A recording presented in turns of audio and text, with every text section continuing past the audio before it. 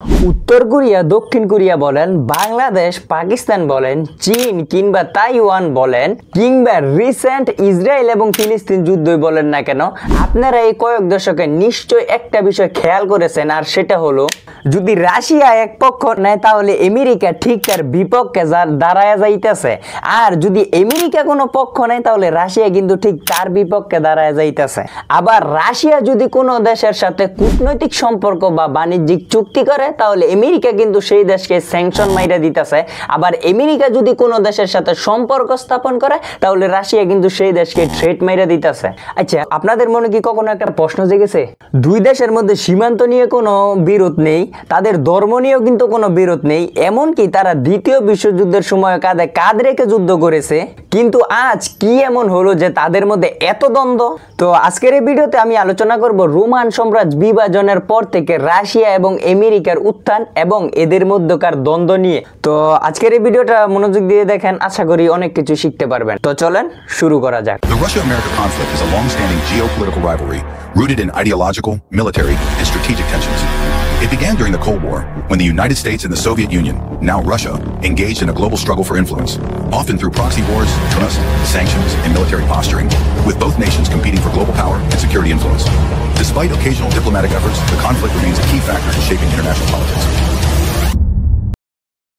খ্রিস্টপূর্ব ৪র্থ শতকের রোমান সাম্রাজ্য এত বড় হয়ে যায় যে যা একজন শাসক দ্বারা নিয়ন্ত্রণ করা সম্ভব ছিল না, যার কারণে ৩৯৫ খ্রিস্টাব্দে রোমান সাম্রাজ্য বিভক্ত করতে বাধ্য হয়।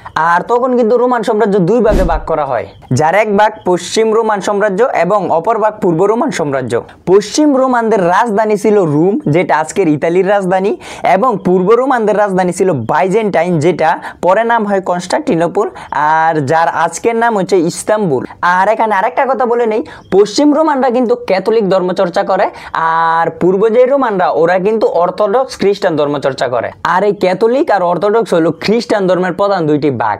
ইসলামে যেমন শিয়া আর সুন্নি একটা গ্যাঞ্জাম আছে না, আপনারা ওই রকমই ধরতে পারেন। আর এই ক্যাথলিক আর অর্থোডক্স খ্রিস্টানদের মধ্যে মৌলিক কিছু পার্থক্য আমি আপনাদেরকে বলি। যারা ক্যাথলিক আকীদায় বিশ্বাসী তারা কিন্তু এটা বিশ্বাস করে যে ফাদার এবং সন উভয়ের কাছ থেকে হোলি স্পিরিট আসে, আর যারা অর্থোডক্স আকীদায় বিশ্বাসী তারা এটা বিশ্বাস করে যে শুধু ফাদারের কাছ থেকে হোলি স্পিরিট আসে।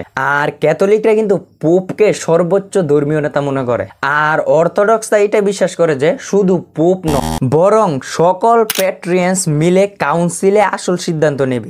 আর ক্যাথলিক এবং অর্থোডক্সের একটু রীতিনীতি নিয়ে আলোচনা করা যাক। যারা ক্যাথলিকে বিশ্বাসী তারা তুলনামূলকভাবে পরিবর্তনশীল এবং তারা কিন্তু ল্যাটিন দ্বারা, আর অর্থোডক্সে যারা বিশ্বাসী তারা কিন্তু তুলনামূলকভাবে তাদের ধর্মীয় কোনো পরিবর্তন করে না, তারা কিন্তু পুরনো দ্বারা ধরে রাখতে চায়। আর এটা কিন্তু আপনারা আজকের দিনে ইউরোপ এবং আমেরিকা আর রাশিয়ার দিকে তাকালেই দেখতে পারবেন। দেখুন, ক্যাথলিক আর অর্থোডক্স উভয় খ্রিস্টান ধর্মের হলো, তারা কিন্তু তাদের মধ্যে কিন্তু মৌলিক কিছু পার্থক্য ছিল এবং এই পার্থক্যের কারণে কিন্তু তাদের মধ্যে অনেক দ্বন্দ্ব হয়েছিল।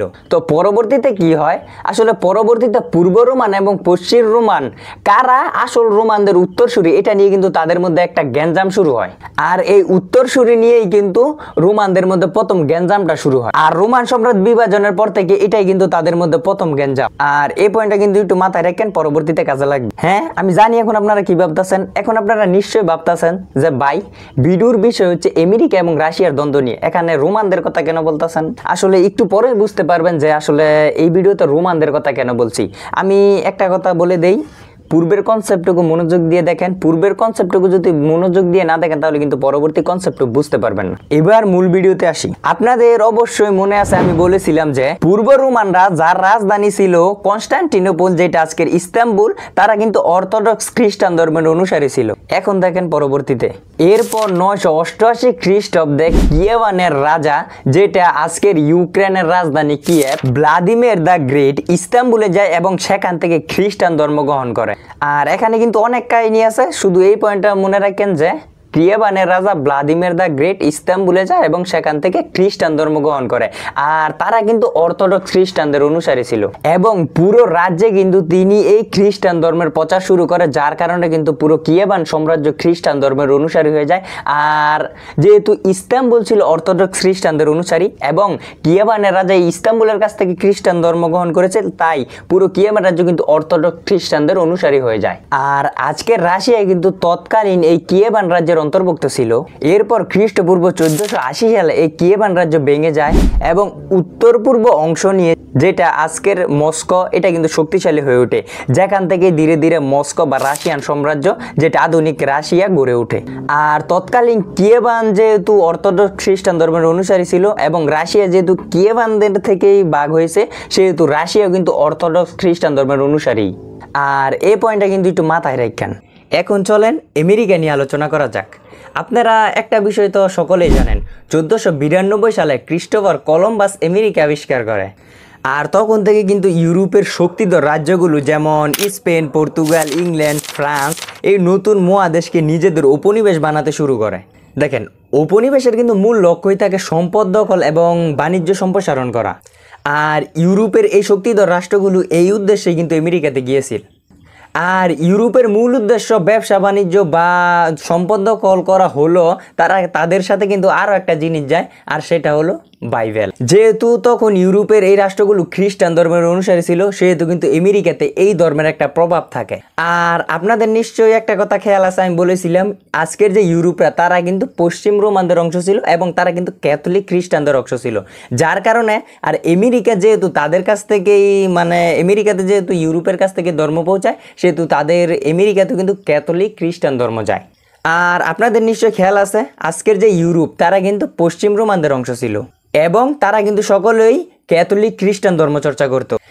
আর যেহেতু তারা আমেরিকাতে ধর্ম প্রচার করে, সেহেতু অবশ্যই খ্রিস্টান ধর্ম প্রচার করলে অবশ্যই ক্যাথলিক আকীদা, এই ক্যাথলিক ধর্মটাই প্রচার করবে। আর যার কারণে কিন্তু আমেরিকা তো ধীরে ধীরে ক্যাথলিক ধর্ম চর্চা শুরু হয়। তো এতক্ষণে আপনারা একটা বিষয় নিশ্চয়ই ক্লিয়ার হয়েছেন, আর সেটা হলো রাশিয়া এবং আমেরিকা একই ধর্মের হলো, তাদের কিন্তু আকীদাগত কিছু পার্থক্য ছিল এবং তাদের কিন্তু সভ্যতাগত কিছু দ্বন্দ্ব ছিল, যার কারণে কিন্তু আমেরিকা আর রাশিয়ার দ্বন্দ্ব। আর এই দ্বন্দ্বটা কিন্তু শুধু আজকের রাজনীতি বা ভূখণ্ড দখল বা বাণিজ্যিক সম্প্রসারণ নয়, এই দ্বন্দ্বটা কিন্তু বহু আগে থেকে। তো মোটামুটি এখন রাশিয়া আর আমেরিকার ইতিহাস নিয়ে এবং তাদের পূর্বকার কিছু দ্বন্দ্ব নিয়ে আলোচনা করলাম। এখন চলেন আলোচনা করা যাক রাশিয়া এবং আমেরিকার আধুনিক দ্বন্দ্ব ও তার কারণ নিয়ে। আসলে পশ্চিমে যে রোমানরা ছিল না, যেটা আজকের ইউরোপ এবং আমেরিকা, তারা কিন্তু ধীরে ধীরে ক্যাপিটালিজমের দিকে যায় এবং পূর্বে যে রোমানরা ছিল, যেটা আজকের রাশিয়া, তারা কিন্তু ধীরে ধীরে কমিউনিজমের দিকে যায়। আর এটা নিয়ে কিন্তু তাদের মধ্যে দ্বন্দ্ব চলতো এবং এই দ্বন্দ্বের চূড়ান্ত রূপ নেয় দ্বিতীয় বিশ্বযুদ্ধের পর 1947 সালে, আর যাকে বলা হয় কোল্ড ওয়ার। আর আধুনিক যুদ্ধ শুরু হয়, যেটা ছিল ক্যাপিটালিজম এবং কমিউনিজমের মধ্যে দ্বন্দ্ব। আজ থেকে কয়েক শত বছর আগে যে যুদ্ধটা হয়েছিল ধর্ম এবং সভ্যতা নিয়ে, সেই যুদ্ধটাই রূপ নেয় রাজনীতি, সামরিক আধিপত্য, বাণিজ্য, কূটনীতি ও প্রভাব বিস্তার নিয়ে। দেখুন, 1947 সাল থেকে এখন পর্যন্ত কিন্তু তারা সরাসরি কোনো যুদ্ধ করেনি, কিন্তু তারা সরাসরি কোনো যুদ্ধ না করলেও তাদের মধ্যে কিন্তু চলে প্রক্সি ওয়ার। আর প্রক্সি ওয়ার বলা হয়, মনে করেন দুইটা বড় দল যারা নিজেরা যুদ্ধ করবে না, কিন্তু নিজের স্বার্থের জন্য তৃতীয় পক্ষ দিয়ে তারা যুদ্ধ করাবে। আর এই প্রক্সি ওয়ারের শিকার কিন্তু অনেকগুলো রাষ্ট্রই হয়েছিল, যার মধ্যে ভিয়েতনাম, কোরিয়া এবং আফগানিস্তান। আমি আপনাদেরকে রিসেন্ট একটা যুদ্ধের উদাহরণ দিই, যেটা থেকে আপনারা অবশ্যই বুঝতে পারবেন। আজকে ধরেন ইউক্রেন আর রাশিয়ার দ্বন্দ্বটা চলতেছে না, আমেরিকা কিন্তু সরাসরি রাশিয়ার বিরুদ্ধে যুদ্ধ না করলেও তারা কিন্তু ইউক্রেনকে দিয়ে, মানে ইউক্রেনকে কিন্তু অনেক টাকা পয়সা বলেন, অস্ত্র বলেন, সব কিছু দিয়ে কিন্তু ফান্ড করছে রাশিয়ার বিরুদ্ধে যুদ্ধ করার জন্য, কিন্তু তারা কিন্তু সরাসরি যুদ্ধে অংশগ্রহণ করে নাই। আর এটাকেই বলা হয় প্রক্সি ওয়ার। আর এই রাশিয়া এবং আমেরিকার দ্বন্দ্বর শেষ কথা এটা সময় বলে দিবে। তো আজকের এই ভিডিওতে আমি আলোচনা করেছি রাশিয়া এবং আমেরিকার ইতিহাস নিয়ে, ইতিহাসে তাদের সভ্যতাগত এবং ধর্মগত পার্থক্য এবং তাদের মধ্যেকার দ্বন্দ্ব নিয়ে, এবং আধুনিক যে যুদ্ধগুলো বা আধুনিক যেই দ্বন্দ্বগুলো, এটা কিন্তু হয়েছিল রাজনীতি, ভূখণ্ড দখল বা সামরিক শক্তি বা আপনার ধরেন প্রভাব বিস্তার নিয়ে। তো আশা করি আমি আজকের এই ভিডিওতে আপনাদেরকে বুঝাতে পেরেছি যে আজকের দিনে তাদের মধ্যে ভূখণ্ড দখল, রাজনীতি বা প্রভাব বিস্তার নিয়ে দ্বন্দ্ব থাকলেও তাদের কিন্তু ইতিহাসগতভাবে একটা দ্বন্দ্ব ছিল, যেটা কিন্তু সভ্যতাগত দ্বন্দ্ব। তো আজকের ভিডিও ছিল এই পর্যন্ত।